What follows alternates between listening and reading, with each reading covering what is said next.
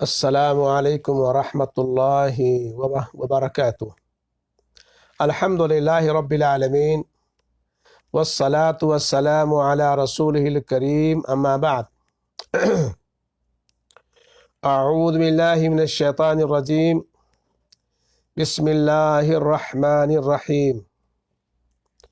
ان هذه امتکم امۃ واحدہ وَأَنَا رَبُّكُمْ فَاعْبُدُونِ۔ وقال تعالی أيضا وَاعْتَصِمُوا بِحَبْلِ اللَّهِ جَمِيعًا وَلَا تَفَرَّقُوا۔ معزز سامعین و ناظرین، اللہ رب العالمین کی توفیق سے آج میں انشاءاللہ تعالی آپ کی خدمت میں کتاب خذ عقیدتک من الکتاب والسنہ، یعنی اسلامی عقیدہ کتاب و سنت کی روشنی میں کا 12واں چیپٹر کا دوسرا پارٹ پیش کرنے کی سعادت حاصل کر رہا ہوں۔ یہ دوسرا پارٹ سوال نمبر 4 سے شروع ہوتا ہے۔ مصنف رحمہ اللہ سوال نمبر 4 کے تحت لکھتے ہیں، کیا کافر حکومتیں اسلام دشمنی میں متحد ہیں؟ جواب دیتے ہوئے مصنف رحمہ اللہ فرماتے ہیں، یہ بات ظاہر و باہر ہے کہ تمام کافر حکومتیں اگرچہ اسلام سے متعلق ان کے نظریے مختلف ہوں، اسلام دشمنی میں متحد ہے۔ یہ الگ بات ہے کہ دشمنی کے مختلف اسلوب ہیں۔ چنانچہ کمیونزم اسلام دشمنی کا اظہار کرتے ہوئے چاہتا ہے کہ اسلام اور مسلمانوں کو ملیامیٹ کر دے۔ عیسائیت اسلام کے لیے ہلاکت خیز نظریوں کے پیچھے چھپ کر مسلمانوں کے مابین عیسائی مشنریاں چلاتی ہیں تاکہ وہ اپنے دین کو بدل ڈالیں۔ بالخصوص یہودیت تو تمام مذاہب اور ہر تباہ کن اخلاقی قدروں کو ملیامیٹ کرنے والے نظریے کے پیچھے کام کر رہی ہے، جیسا کہ ماسونیت، عالمی صہیونیت اور بابیت۔ سوال نمبر 5، عیسائی مشنری کیا ہے؟ اس کے کیا کیا خطرات ہیں؟ اس کا مقابلہ کیسے کیا جائے؟ جواب میں فرماتے ہیں، عیسائی مشنری ایک نہایت تباہ کن تحریک ہے جو اسلام کے خاتمے کی کوشش میں لگا ہے۔ ان کے بعد اصول یہ ہیں: نمبر 1، اسلام میں شکوک و شبہات پیدا کرنا۔ نمبر 2، اسلام کو نصرانیت کی رغبت یعنی مسلمانوں کو نصرانیت کی رغبت دلانا۔ نمبر 3، ان کا یہ دعویٰ کرنا کہ عیسیٰ علیہ السلام اللہ کے لڑکے ہیں۔ نمبر 4، تمام میدانوں میں اپنے زہریلے اثرات پھیلانا۔ نمبر 5، غریب و کمزور قوموں کا ناجائز استحصال کرنا۔ اب سوال پیدا یہ ہوتا ہے کہ اس سے نمٹنے کے کیا طریقے ہیں؟ تو اس سے نمٹنے کے طریقے مصنف رحمہ اللہ تحریر فرماتے ہیں۔ نمبر 1، کتاب و سنت کو مضبوطی سے تھام لینا۔ نمبر 2، لازماً مسلمانوں کا ہم جماعت ہونا۔ نمبر 3، اسلامی تعلیمات سے آگاہی۔ نمبر 4، دین نصارہ کے محرف ہونے کی واقفیت۔ نمبر 5، مالداروں کا غریبوں کی مدد کرنا۔ اگر ان 5 طریقوں کو اپنا لیا جائے تو انشاءاللہ یہ ہمارا کچھ بھی نہیں بگاڑ سکیں گے۔ مصنف رحمہ اللہ 6 سوال کے تحت فرماتے ہیں، کیا اسلام میں صوفیانہ طریقے اور جماعتیں ہیں؟ جواباً فرماتے ہیں کہ اسلام میں صوفیانہ طریقے اور جماعتیں نہیں ہیں۔ دلیل فرمان الہی، ان هذه امتکم امۃ واحدۃ وانا ربکم فاعبدون۔ یہ تمہاری امت حقیقت میں ایک ہی امت ہے اور میں تمہارا رب ہوں، پس تم میری عبادت کرو۔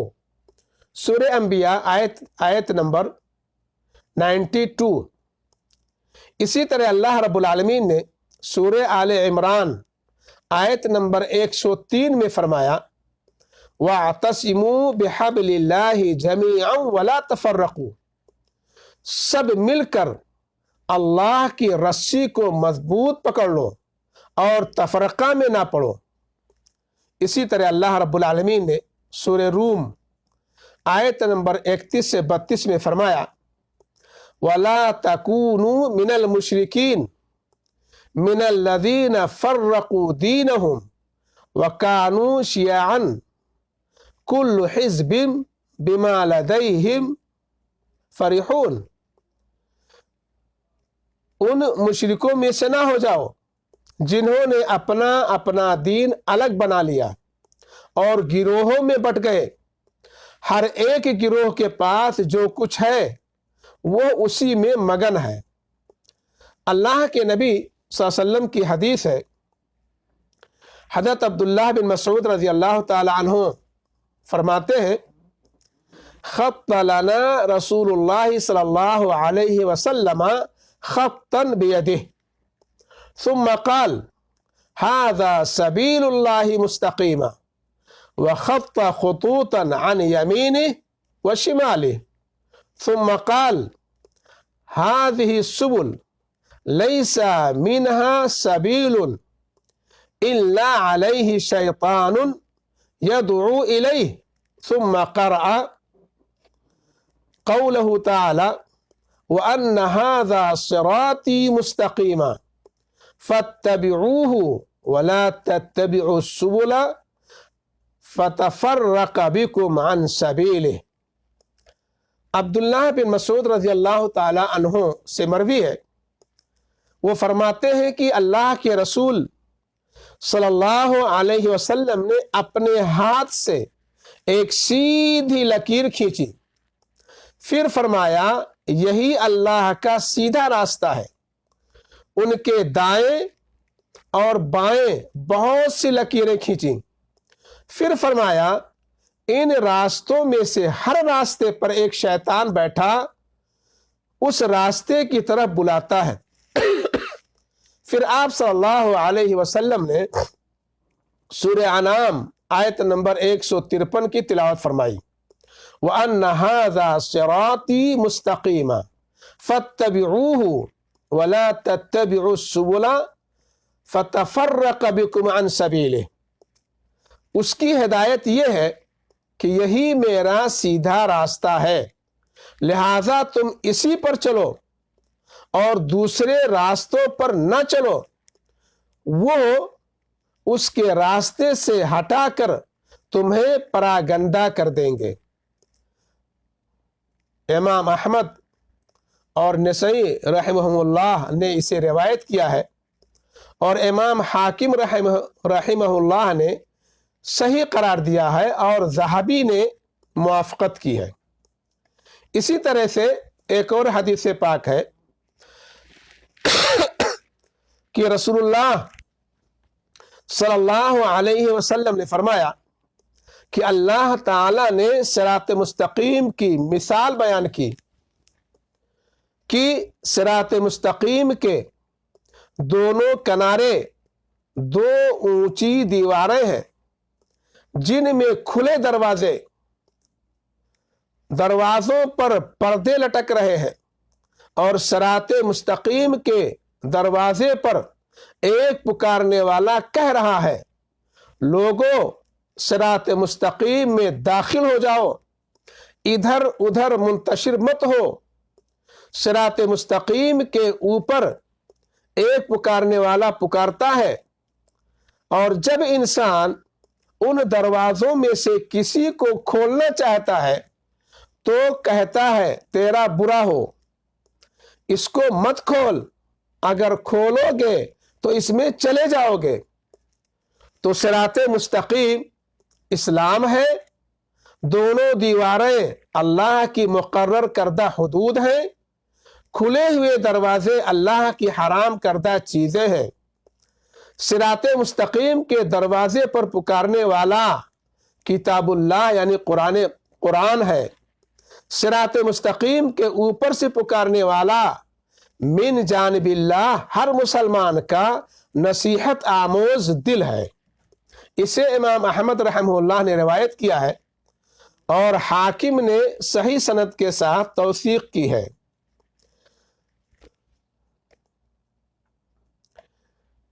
اس چیپٹر کا ایک اور سوال اور جواب لے لیتے ہیں۔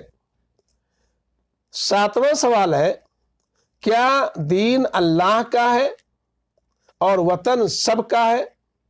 کیا دین اللہ کا اور وطن سب کا ہے؟